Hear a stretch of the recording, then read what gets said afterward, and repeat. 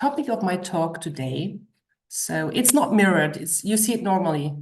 Okay, yeah, okay. So the topic of my talk today is transgenerational trauma inheritance. It's a complicated word, which is out of two big things, which is transgenerational, which is something which has already to do with inheritance, because it's inherited from generation to generation. And the second important word is trauma. So first of all, I would like to define trauma, because in my opinion, which can be different of others, trauma is every negative experience we had in our lifetime. So every experience which has a negative effect on anything, mental or physical, is a trauma. There are other people who are talking about more severe trauma, like abuse or some diagnosis like cancer or triplets, or I have your attention now. So my diagnosis was triplets, which can also be a trauma. So anything which is, so I was going, you can see it must not be like something which is sound bad, but it can also have a bad influence or bad in whatever to your life. So to make that clear, I'm really talking about anything which is negatively influencing. And what would we know? We know that this trauma, and this is not my theory, the transgenerational trauma inheritance is a science subject for like 50 years. I think the science around that started after World War II, where we had like really good research studies around diabetes in Netherlands, where people were starved by Hitler and the offspring got more diabetes than other people not belong to it. So there are studies around that trauma which influence them on a physical way, and there is also studies that we see like for like over 30 generations, we see that mental insults are causing any kind of mental stress symptoms like anxiety, panic disorders, and all that. So there is science behind that. And to explain the word more properly, I would, after explaining trauma, which is any insult we experienced, the inheritance. And John is coming. And so would anyone write into the chat that he should just open the screen to like full screen that he can read better? Thank you. So inheritance has something to do with the genes, and the mechanism around that is epigenetics. And to explain epigenetics, I don't know if you heard about it, but I'd like to explain it more in detail, because it's really the substance of the transgenerational trauma inheritance. After understanding epigenetics, you realize why it's inherited. So when we look at the chromosome, where is the chromosome? So like this is a chromosome. Okay, so like the double, you have like on the chromosome, you have coiled DNA on it. You have seen that. We have 46 of this in each cell. The length of the DNA in one human or in one cell is 2 meters. So we have like 2 meters of genetic information in our cells. And with all the cells, we have like 70 billion kilometers of DNA in our cells. And these are this is the DNA. How do we produce our body from this DNA? When we kind of get it like out of it, it's a double helix. It's a double helix. And the mechanism which works is, it's called protein biosynthesis. So I hope it's the same word in English, because it's a German word I just translated. So protein biosynthesis, which means that we have the information in 4-letter code here to build proteins, which are then enzymes and all that stuff, and from the or amino acids, which are protein chains at the end. And so the proteins build up our bodies, build up our muscles, build up our, and the proteins itself produce others, okay? And how does the body know which genes to transcribe? And now that the epigenetics come into account. So additionally to the genetics, which is our code. So the Human Genome Project was finished in 2000, and we thought that we have the solution to all of our problems in 2000. It's 23 years later, and we still haven't solutions, because it's much more complicated just knowing the pure sequence of it. Because, and now epigenetics is coming into account, we have like little flags here, flags which are, chemically speaking, acetylation and methylation. So this means either flags which start genes or flags which stop transcription of genes, okay? So we have like red flags, you see that? Red flags and green flags, okay? So to make it easier for you, a high amount of red flags is causing disease. A high amount of green flags is causing a more healthy individual, because a regular workout, for example, cardio training or whatever, is inducing more green flags, is inducing genes which are leading to proper more health. And so, or on the other side, high input in sugar are causing more red flags. So we really can, and there is books on that, we really can influence our outcome. So we are not like, how to say, the fate of our genes. We can really, by changing the flags, we can change the outcome, and we can change our health. And this is new for all medical doctors, new for most people. This is why preventive medicine is so successful, because we really change the outcome of our genes, okay? So I wanted to explain this to get into that. So this is epigenetics. And so this is individual epigenetics. So be aware that you, with your thoughts, with your actions, with your eating habits, are really changing your outcome. And you can also alter that outcome, okay?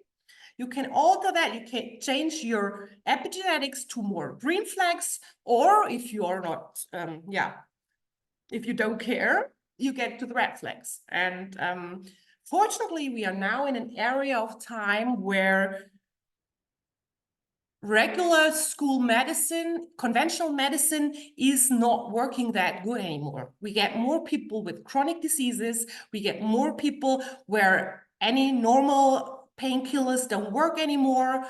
I'm very happy about that, because this is the time where we realize we need to work ourselves on our health. And this even convinces people from conventional medicine, because the other way of showing it would be, I will show you in a second. No, here it is. So formally, I showed that in the iceberg. You know the iceberg, like positive, negative, subconscious, conscious, and whatever. I'm coming back to that in a second. But having it on like an epigenetic level, it's much more convincing to people who as like, why should I have an iceberg? Why should my subconscious mind drive me? So I'm really happy that we have now this tool to show how trauma is inherited, okay? And now we do a little biology here. to make you aware how and why this is so important, especially when you are still planning of having kids, or if you want to tell people who are planning to have kids, or if to make you aware that you inherited stuff from your parents and grandparents that you should clean out of your system, because you inherited that. Okay, so this is like the egg of a woman. It's so the oocyte or oocyst, I think. The oocyst, and you have the sperm. Okay, so like only one in this case. And so when these two come together, so this is like the father side, and this is the mother side. So you were produced like that. So we all have like half mother, half father. And now you are probably already aware that our, let me get that in black again. Uh-oh, where's my other blue? Anyhow, so that both our father and our mother had the same. He had, I will just open them all up. So she had like green flags here, and she had red flags. He has red flags. He was in war or whatever, so he has more red flags than green flags. So anyhow, so it's a combination, and this is like the science which shows that we have like here a combination of red and green already inherited, which is kind of the stuff we need to work on in our lifetime. So we have like predisposition, is that the word? Yes, predisposition for migraine, predisposition for anxiety, predisposition for whatever. But we need to realize that this predisposition is not in the black gene part. It's in the epigenetic part. So I would like to empower people, self-empower people to be aware that they can get rid of those predispositions, because they think they kind of, always, that's a family disorder, or this is a family whatever, and to make people really aware that they are self-empowered and they can really do something against it when they get rid of that. So this is like the basic knowledge. And of course, my father had a mother and a father, and my mother had a father and a mother. So we have like all this, we have all this, the generations before and the generations before. And I always tend to say like 10,000 years of settlements with all the wars and all the possessions, hierarchy, and all that bad stuff really put a lot of red flags here. So this is why I was thinking about methods which are not only addressing that part, like the individual, which can be, there are also studies that there is a German professor, Katharina Domschke, and she did a study on anxiety disorder, or is it anxiety? Whatever. Anxiety disorder, that she did psychotherapy with her patients and measured the epigenome. So this is called the epigenome. So like the amount of methylations and acetylations is called the epigenome. And she could show that with a good psychotherapy, you can reduce, you can alter your epigenome. So you really have a change of your genes, which is producing a different hormonal balance in the brain. So you can really measure that. Okay, so, and I was thinking, how can I use that knowledge and produce or create a method which is addressing all the trauma, both the individual and the transgenerational? Okay, So this is the background information on epigenetics. I know that you had a lot of knowledge about that, but I really want to make clear the point that you visualize how important what we all got from generations of generations of generations, okay? So when I start kind of presenting that again in the way we use the iceberg model, so we have also like here minuses, minus negative experience in both areas, which can be like red and green flags, you know now, so this is all, and so like we have positive experiences here. So these negatives are the one which we can recall, for example, the divorce of my husband, or a cancer diagnosis, or Sophia was asking a question. I didn't get how is it that predisposition is not that was too short for me, is not the genes, if the same process of epigenetic can alter the genes. I'm going to answer that question right now. So the genes, so there are so many genes. So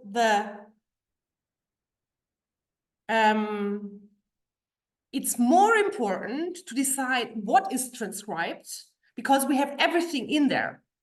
So the what and when something is transcribed plays the more important role than there is a gene.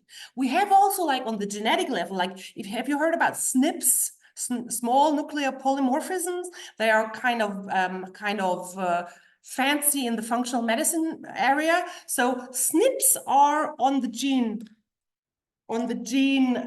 basis. So we have like a single nucleotide changed, and that makes your, I don't know, your COMT or some of the enzymes less efficient. So if you know that, you can change your diet, you can add some specific supplement or whatever. So this is functional medicine. So this makes a difference, but the more important is really the when and so how often, how prominent, so this is like the building plan of a cell, which is potentially able to build anything. So we all have an insulin receptor, but how many insulin receptors are really transcribed on our liver cells or on our brain cells to prevent or cause Alzheimer is dependent on the flags and not on the because, you know, I didn't show you that one, but this is a printout. So this is like the chemical one. So this alterations of the DNA is opening up or closing the accessibility of genes. This is what it's physically really how it works. Did I answer your question, Sophia? Or would you like to, you can also open your mic if you have like a more detailed one, if you like. Yeah, sorry, I wasn't sure if I could step in actually. Sure. Recording. So I got that as a predisposition, but sorry, but maybe the really basic stupid question. If everything is epigenetic in terms of predisposition, and so like developing and manifesting diseases, it is that all the genes and the DNA of human species is good itself. Sorry. No. So no, there is two different sets of predisposition. So thank you for the question. There is two different sets of predisposition. I tried to explain it with the SNPs. So there is predisposition on the gene level, which is, for example, a SNP that you have the inability to produce some enzyme less or more. And then you cannot, so you can be, but you can, but additionally, but you can still work on your epigenetic because you can't change your genes, but you can work on your epigenicity by, you know, whatever helps, from mental work to body work to eating habits, that you move it towards better health by by adding other positive benefits around that really genetic predisposition, okay? But additional to that, we also got the predisposition from the inherited part. So it's both important, but there is a difference, okay? Cool. Getting back to that one. So we have like the minuses here and here. And the problem is that we really have to do like good hypnotherapy or any deep subconscious work to get to the minuses here, because we cannot recall what really caused that. And so so this is the individual. So what I realized, first, what I realized is I started working with problems. So the problem was, for example, fibromyalgia. So like a chronic disease, which is painful, which is very difficult to diagnose. And so I realized when I work with a kind of coaching and systemic or family constellation stuff, which I did prior to my method, I'm working on that and that and that, and this is influenced a little bit by this and this and this. And so I'm kind of working with them, and it's solving. So I'm really helping people. But, you know, this person also has like high blood pressure, or this person also have like anxiety disorder, cannot go out in the darkness because she was abused. And so at the end, I was going to think about how can we not have something which is problem-based. So this is a P. Not problem-based, but Lösung, that was a German L, solution-based. So solution-based would be finding something which is deleting all the minuses here to really start from, so it's a restart to start from scratch and activate all the self-healing powers we are capable of without the trauma we experienced. So the way I'm working with that is with an emotional CV, I call it. So this is like a CV, a curriculum, and which is starting at the day of birth and is, you know, at the end at today. So the patient, the client, is coming to me with something which is prepared. It's a tabularic thing where he kind of orders the stuff which he still recalls. So this is all the minuses from here in a lifetime. Okay, so all up here. Okay, and that's why I draw it like a ladder. This is the ladder to step down in that part here, to step down into the subconscious mind, because what am I doing here? So we work on the curriculum, and this is like 70–80% of the whole session, because I really link into the emotional feelings and into the world of that client, and during that it's talking. It's just talking, which can be very trauma friendly, because when it's getting deep, I just say, you know, we don't need to get deeper. I know, I feel the pain behind that. That's enough what I know.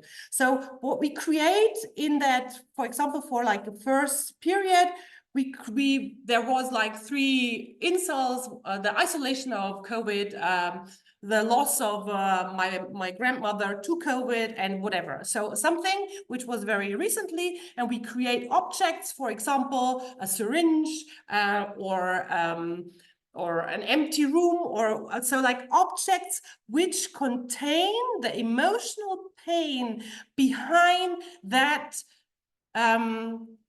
negativity, behind that trauma. Why? Because this visualization helps the brain to really put it in some form, to put it in some color, so that it is a very distinct object, which is then possible to put into a box, because what we do, so we have like 3-4 objects, like a broken heart, a syringe, or whatever.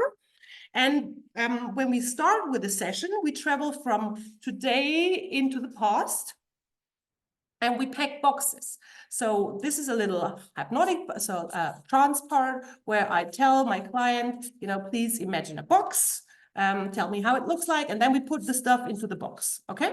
We put the stuff in the box, and the magic is not, many people pack boxes and destroy boxes. This is just the normal visualization coaching technique. But the magic, what I added to that is the magic object of wood wool.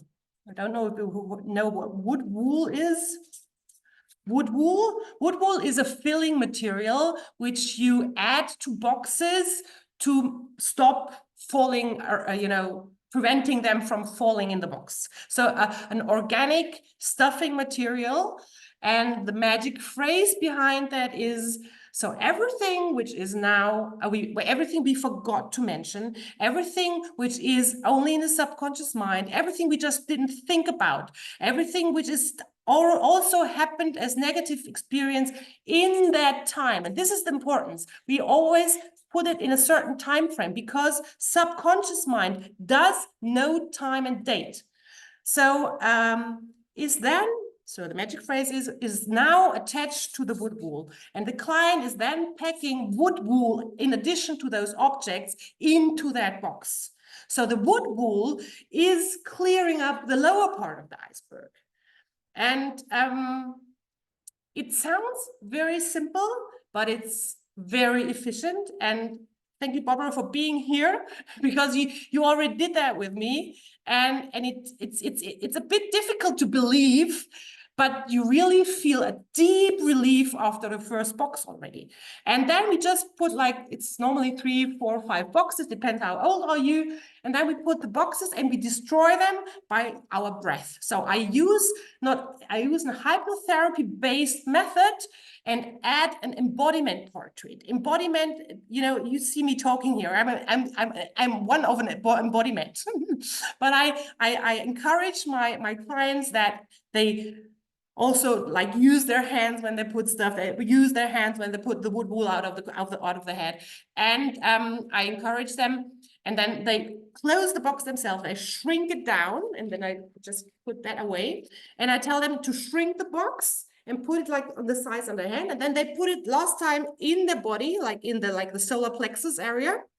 And then they use the breath by breathing in and pretending to destroy that box by breathing in and touching it, and then it destroyed itself. So it's like a little sound effect to that. I touch people when they are in my practice. I just create the magic that we both, the client and I, are really 100% sure that this box is destroyed, and then we breathe it out.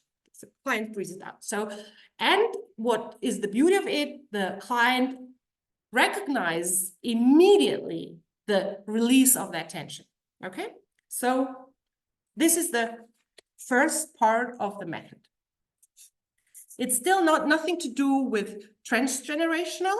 This is individual trauma. When I started doing that method, I did it also very short, like imagine all the negativities, put it in the box and destroy it, and realized it doesn't work, because our brain, our mind constructed for 70 years, for 50 years, for 30 years, a concept of life, and is holding on that concept like hell. This is the part of the ego. This is part of our upbringing. This is part of our, and to let go parts of it is hell of a work.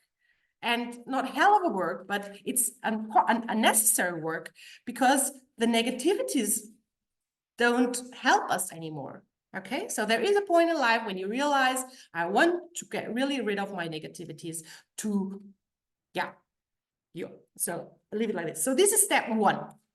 Step 2 is, and I prepared it a little bit. Step 2 is, do you see that? This is embryonic development. So from the day of birth, back to our first heartbeat, our body was growing like this. We started like a little fish. We started like a little 2-cell thing. And at one point, our heart was established, built, and it's pumping all around. And when you see that, you realize, just let me get that quick. You realize that you see it? Just, I need to get that proper lighting here.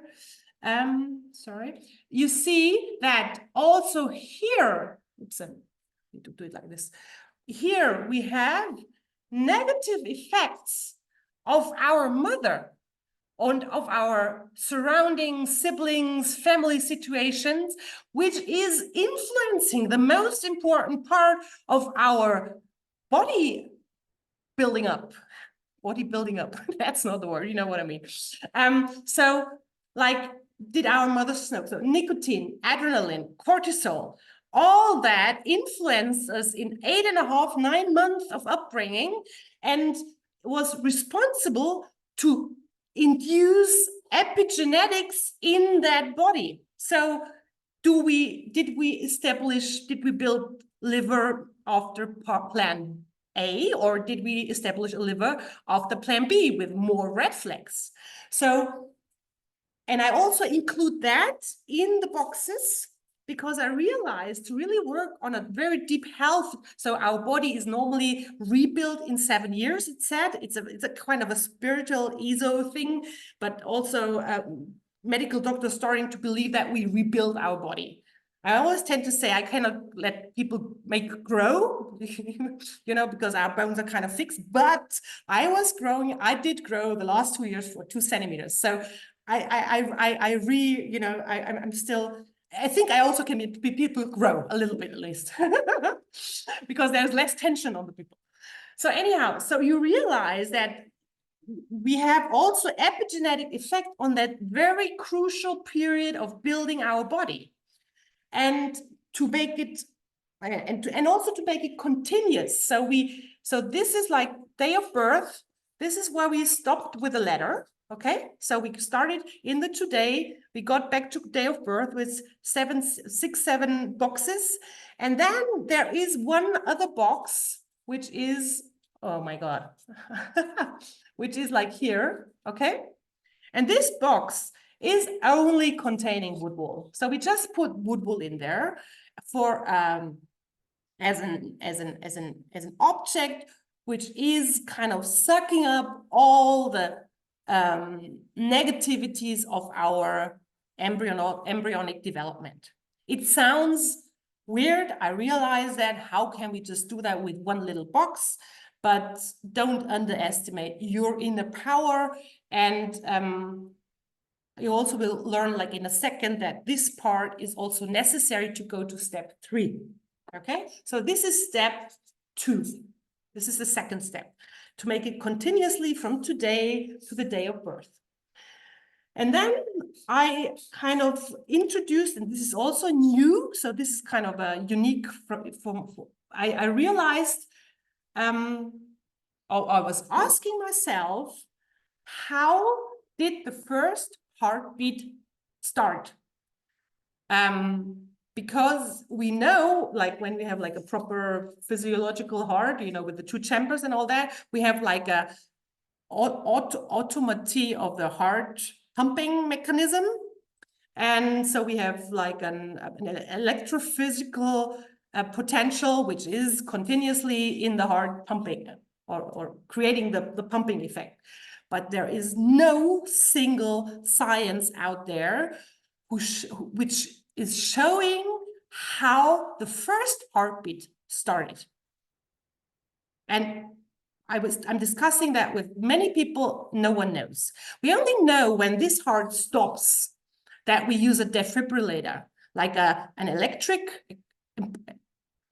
impulse to restart that. So I was thinking that it probably also is a kind of electric impulse, okay? We just don't know where this impulse comes from.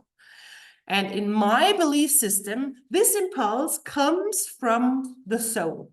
So the soul is kind of starting that first heartbeat, giving that electric impulse, giving that that first impulse of heartbeat. And when we have like a carriage, a failure, miscarriage, it's called miscarriage. So when we have something, the soul decided, and this is the spiritual part about it, the soul decided to leave that body again. So the soul is kind of starting the thing, and the soul is also ending that story. Okay? For people who don't believe in souls, I have another solution, because I have my very physical Newton pendulum here. You see it here? You see it? So this is a Newton pendulum. You've seen that. My kids played with that because I brought it from my practice, and I thought, oh, cool. But they always get those knots in there. So I kind of try to prevent that. Anyhow, so this Newton pendulum, so for people who don't believe in soul and all that stuff, I say, okay, just let's pretend that it is a ball, which falls into the heart and induces with that impulse beating of the heart. Okay? So everyone who is most rational can relate to that one, that it's something we just pretend that it's a ball. And now I need to look if I always have a marble with me in any of my bags. Yes, I still have it here. So, because I tend to say, you know, that we are not puppets on a string.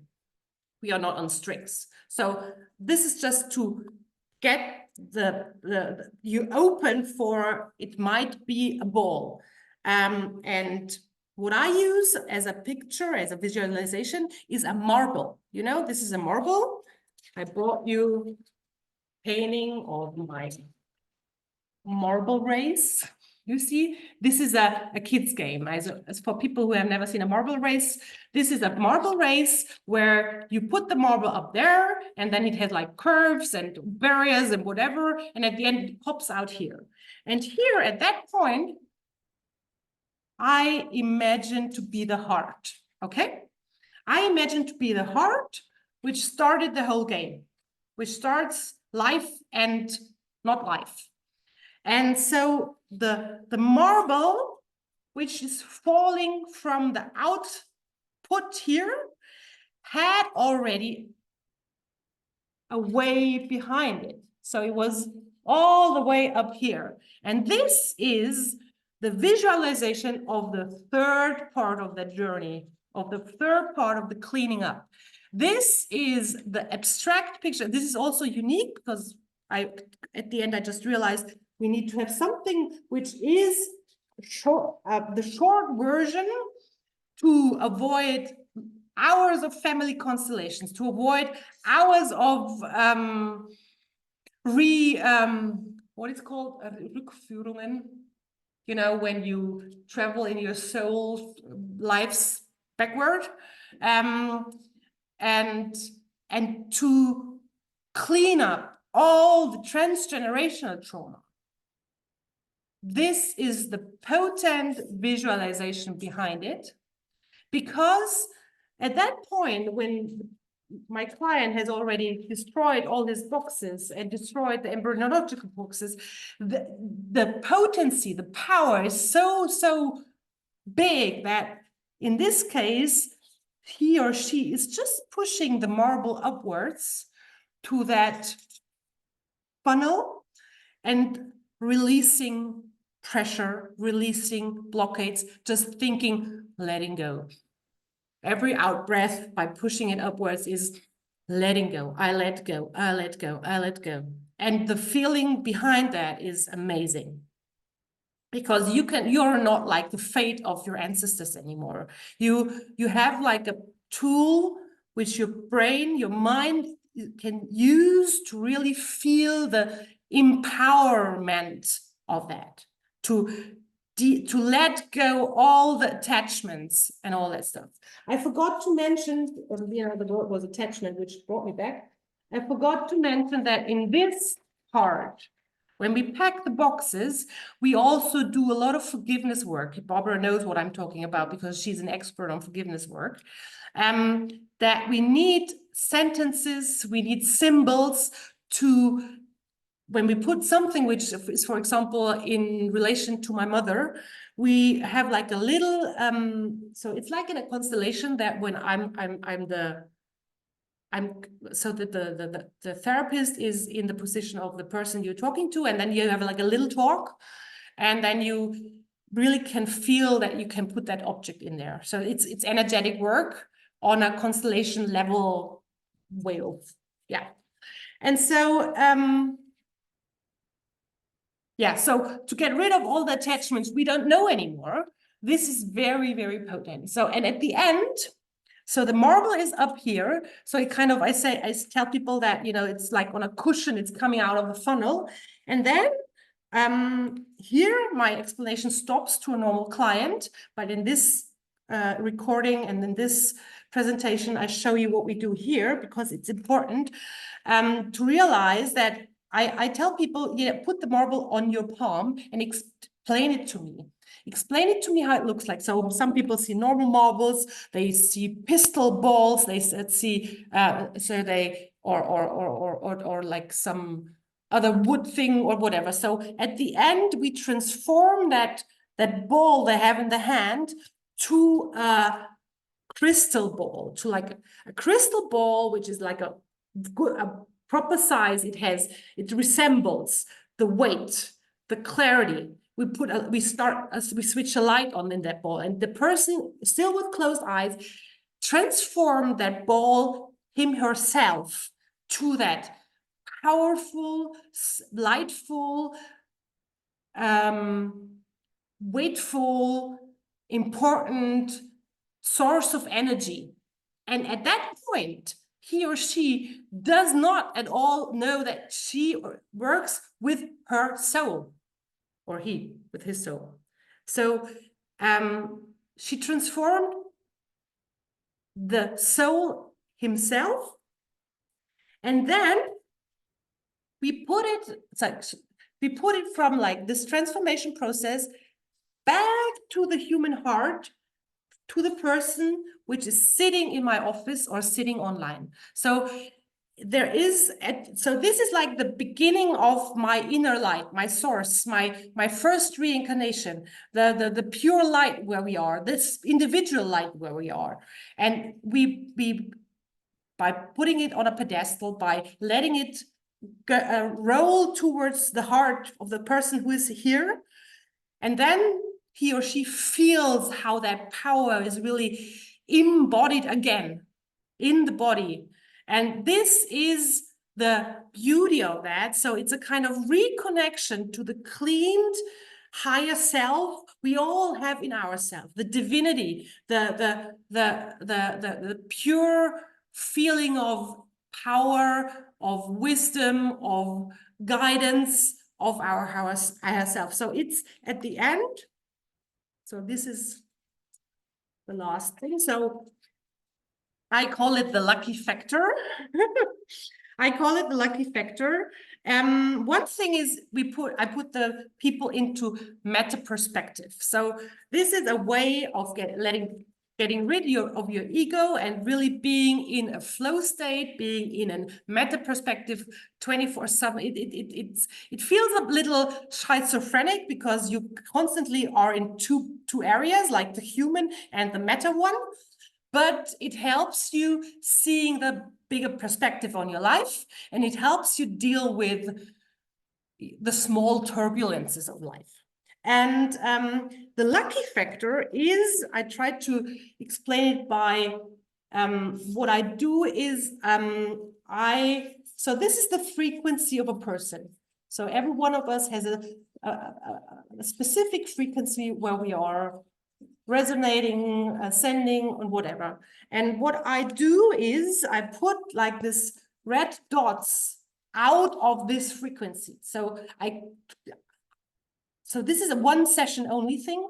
I put the red dots, the crystals, the negativities out of the frequency. And what happens? You attract other people who really see the clear frequency of yours, who really resonate. So it brings people in your life, and that's why I call it the lucky factor. It brings opportunities in your life because on an energetic level, you you are vibrating other vibes. And this creates flow states. And the beauty for me as a therapist, as a coach, is I don't have to do anything. I just do the one cleanup and that person creates his own flow. That's a cool thing. Yeah, I think I stop here. I will show you a little add-on if we have time for the meditation. I think it's till 8. Is it? We have time till 8, but I would like to address some questions which I saw in the chat. Andrew asked, this reminds me very much of the therapeutic work I used to do with horses using shiatsu. The horse had a basic blueprint and the shiatsu was used to clear all the muck around the blueprint that was getting in the way of the horse accessing its basic blueprint. Yeah, I agree. Since originally I'm a veterinary doctor, I agree, but a big but behind that. Are you aware that any pet animal, also horses, are symptom carrier of the human who is the owner of that? So I would like to work with the owner with the same way, and then you don't need to work with the horse anymore, because it's like the horse is, let me get another color. The horse is like the little outsourced energy, which is providing energy to the person who had still this red crystals in there, and kind of helps the person. But at one point, so those symptom carriers are in the way of finding finally to yourself, because it constantly gives you energy. And if you buy a new horse, the one, so you fuel yourself up still in the outside. And the goal of this is that you find your own fuel in yourself. But in principle, it's like this, similar to the method you mentioned. And it works for horses, sure. Sophia was asking, how crucial is it for someone to have a cognitive understanding of these processes in order to navigate them successfully? Not very much. I'm not working with mental disorders. So I'm not working with people who are under pills, who are like, you need to concentrate a little bit, but I'm very good in holding spaces and providing energy during those sessions. So when there are people, so I had like a woman who was abused several times with a very low education, and her sister talked her into the therapy with me, and she didn't know anything about that. She just said, do your stuff. I'm following you. I feel guided. I feel safe. I feel held. And so at the end, it's a kind of trust thing, that when I tell the person, you know, now I have your CV internalized, I feel you, I'm your guide in that journey. The cognitive understanding is not important anymore, because then it comes to feelings and release of feelings and all that stuff. I think it's the other way around. People too cognitive are more difficult, because they are holding on to that construct of the letter, and they're holding on concept they established over years, and they don't see a reason why they should skip that, for example, now. And so it's the other way around, actually, Sophia. Yeah, Andrew was telling, yes, we did emotional therapy with the owner and horse. Yeah, that's how it works. Thank you for that comment. Any other questions? You can also open your mic or whatever. So what I would like, Barbara is just not here, but what I would like to do is, because Barbara was writing me a testimonial about the method, and Barbara's back. she's here. Do you want to read it, or can I read it? I read it, okay? I read your testimonial. So Barbara's testimonial, we worked in July, no, at beginning of August, I remember that, together. And I don't know, 3 months later, I guess you wrote that. It's difficult to articulate exactly what the impact of the deletion therapy has been, as it's so comprehensive, inclusive, subtle, and at the same time profound and transformational. The experience of the day was intense and focused, covering the whole biographical story, using a combination of metaphor, imagery, statements of intent, and the ultimate release of all of this material at the end of the day. After the process, I felt incredibly quiet inside. My mind was quiet, my emotion was quiet, and my body was quiet. I had a dreamless night of deep sleep and awoke refreshed and quiet inside the next day. This prolonged sense of inner quiet has sustained through the whole of the following month, perhaps a little less acutely as normal life with its natural ups and downs has continued too. But nevertheless, it feels as though there has been a subtle yet significant shift in my inner being as a result of having done this deep and profound work. I found Birgit incredibly encouraging, light, focused, supportive, kind, and loving throughout the session and in the follow-up messages. I would recommend this extraordinary experience to anyone who wants to be guided through a profound experience of comprehensive inner release. Thank you again, Barbara, for that. Yeah, thank you for letting me present that. And can I ask something else about Sure. the ladder? Is kind of the thing that mostly can cause a bit of blockage.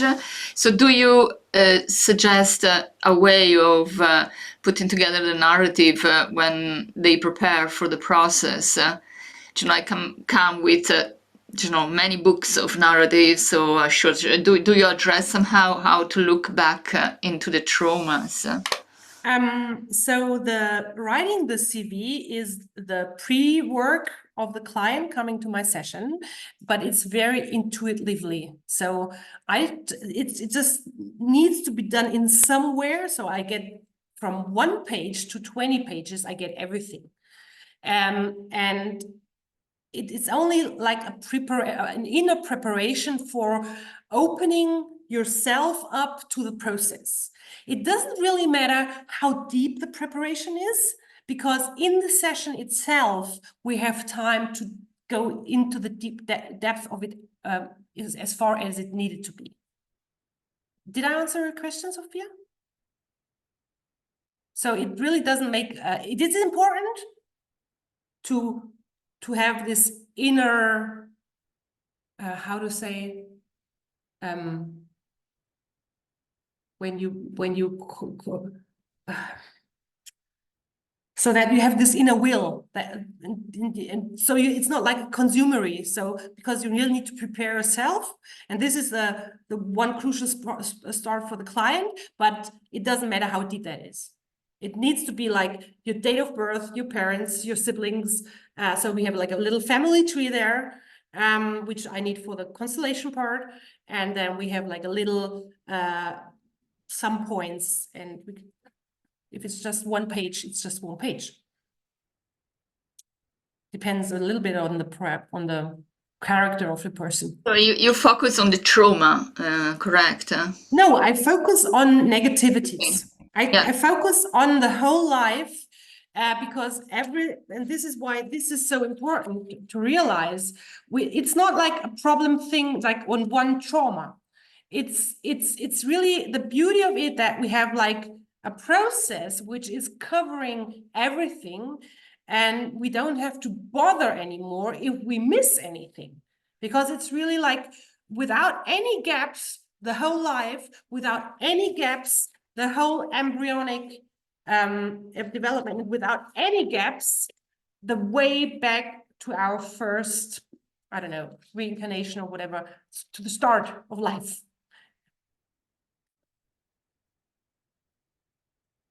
It's at the end a trauma therapy, but it's not, it's focusing on negativities. which is blocking your system. Andrew. Open up your mic. I'll have a go at explaining myself. As I understand it, I've got a son, and when he was conceived, a lot of the crap that was in my life and the crap that was in his mother's life went along with the conception, and he's carried that through his life. Is it possible that as I go through at a later date, like kind of now, through this process and clear off a shed load of those red flags in me, that will have an impact on my son, in that the red flags that I'm losing, he will then lose as well? So the bad message That makes sense. Yes, absolutely. Thank you for that question. It's similar to the horse question. I tell you in a second. But the short version is unfortunately not. It only works for kids below 14, 15, because these are in the system of their parents. And so I don't work with kids below 14, 15, because then the parents need to work, because they are influencing, like a horse or a dog, influencing their parents' energetic system. So your son is older than 15, I guess. And so there was like, like your time, and at one time, so he found his own path, okay? So this was like the first 14 years. That was the same time, that was the same system, like with the same influence and whatever. But to clean up, so we are here now. When you do the work, you can only clean up this, but he still had this in him. So it's, I'm sorry, it's parallel here. But as he grew up now, he needs to do his own work.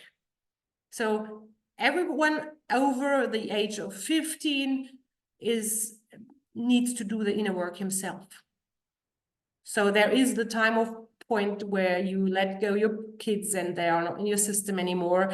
But the good thing is, because I have also people who are living in systems still, like have a husband, have a mother, have a father.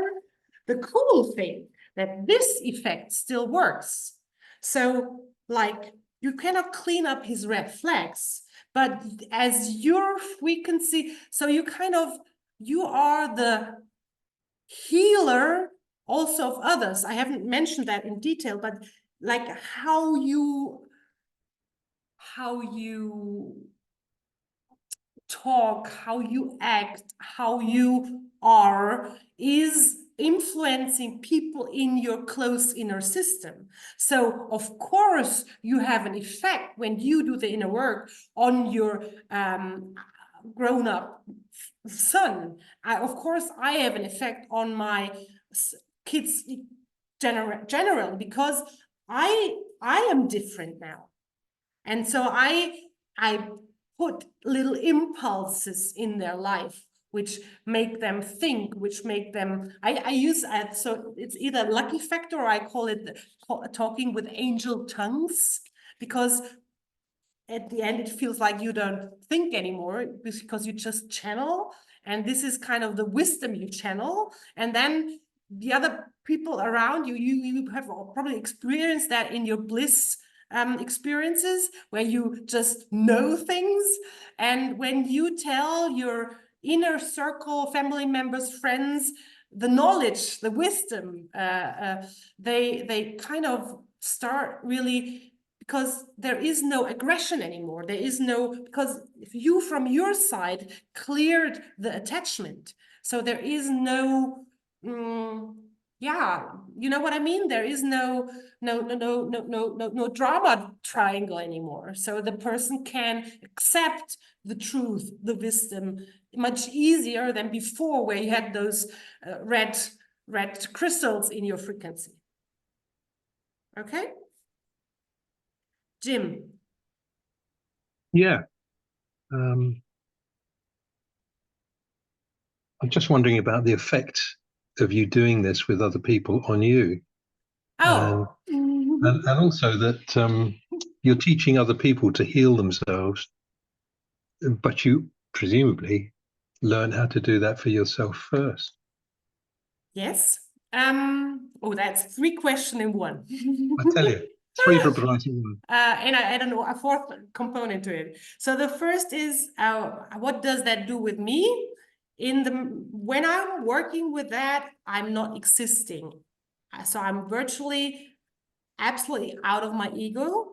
I'm just guiding. So this is a no space, no time way of working. And that's the reason why I do it on one day, because I'm kind of learning, uploading the CV of that person, and I can hold that only for a day. Like at the end of the day, I recall that, but I have like a therapeutic bulimic because there's no way of memorizing all that stories. So this is my way of I'm just a channel at that moment. So I'm not, so I'm always happy for the person who has managed to come to me and work with that, because I know from the depth of my heart, from the inner wisdom, I feel that I am helping that person. So I have no doubt that anything of this is getting into my system, and I have no doubt that this work is useless. So this kind of inner confidence gives me that power to not be attached to any of the trauma people tell me. Yeah. Because one of my major sayings is, the history is only there to prepare us for the now. And when we let go the history, history is just a story. And at the end of those sessions, people realize that they are not attached to those stories anymore. Yeah. They can tell them, but they're not attached. So the second was the 2A aspect. 1A is I'm also teaching that method. So I'm trying to spread that to more therapists who do that. The other question was, how did I experience that? I had, I would say, an awakening experience with my first bliss 8 years ago. And since then, I'm kind of in a 24/7 meta perspective, and life brought me all the learnings, but I had no fear anymore from that moment. I will tell you the story in a coffee break and at some point, but I just knew that there is no, I think, Barbara, you know the story. Do you know the story? I don't know. No, it's a little horror story, but I have no fear anymore. And so all the challenges life brings me are there to guide me through the journey.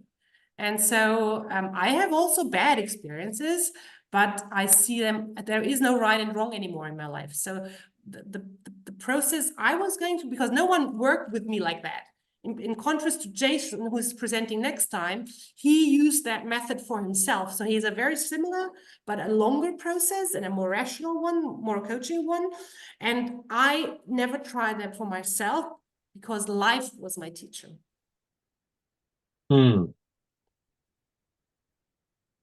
That was the third. I don't know anymore. Did you ask me the third one? No, that's okay. Okay. I'm not trying to distract attention away from everything that you've been saying, which is magnificent. But I've been reading The Power of Trees by a German, Peter Wolleben.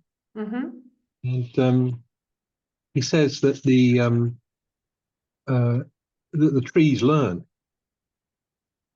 over thousands of years. They've learned how to adapt to different conditions through their experience. He says this is where epigenetics comes into play. In other words, the processes that determine which genes are turned on or turned off. And he explains about this. You should have taken over the epigenetics part with all your expertise of that book. No, not at all. But It's an explanation why evolution is much faster as we thought originally. So precisely. So, you know, in the work that I'm doing on politics, you know, we're able to argue comprehensively, not just from this point of view, but from many others, that active engagement will change humanity and our capacity to govern ourselves. And epigenetics is part of that process. Yes, definitely. And thank you for the for reminding me, because let me just think who I sent that to. I was going quickly to change, because what I recently finished up is I was co-authoring a book. Let me share the cover. It will be published. It's an ebook first, and it's kind of an pre-book for also a program. And together with Michiel Doorn, he's Dutch and he's living in Raleigh, and he's an eco guy, an ecology sustainability manager, or has been. He's 65 now, and we both had like the exact same intent to produce something which gives hope and gives a kind of a perspective to how we can really change the world. This is specifically for people who are very eco-anxiety, so are aware of the planet's ecological problems. And Mick was addressing me because he realized that we need a therapy which is fast, sustainable, holistic, and covering a lot to clean up personal trauma, to be able to change the ecological problems, and to be able to really have an impact on the world. And that's why he was addressing me in that book. And there I'm sharing my story, and we are sharing our stories, which it's a very, very, it's a wonderful integral book, but not as we intended to be for any person who is interested in how to change the ecological system of the world. So I guess what you said is similar on the political system. And we really need all that. But we need to be aware that we need to heal our inner world first. Absolutely. When's it published? We have like a soft launch on Amazon, which will be February. And I think from March on, but I will tell you, sure. I will tell anyone. You're the first actually who really got the title presented in like a bigger group, because until now I haven't published anything on social media or whatever. So, but we finished it. It's at the editor. We have an audiobook, which I speak in myself, and I'm very, very happy and excited, and because I got to it like because he only wanted to be in the coaching program part, and then at the end he said, you know, why don't you co-author the book, be on the book? And I said, okay, that was July, so I kind of hopped into an already finished project, or a nearly finished project, and we both love to work with each other, and we haven't never met each other personally till now. So it's just like he's in the US, I'm here, and it's all just vibrated along, and we just love each other. That's great. Brilliant. Wonderful. Yeah. Wow. Gosh. So did you want to end this off? Did you want to finish us off? Yes, I would like to stop the recording and get those little 10 minutes we have left to have like the power tool from it. So, because at the end of all those clearing, I put resources in the people, Barbara knows, and this is a very, very wonderful way. Even if you haven't done the clearing, you did, as you sit here, you have done already a lot of clearing in your life. And so we do like a little meditation. I call it my star therapy, my star resources, which is the finishing up of the session. And it's a very short but very wonderful way. And I'm just stopping the recording because, yeah, this is nothing to be shared. Where is it here?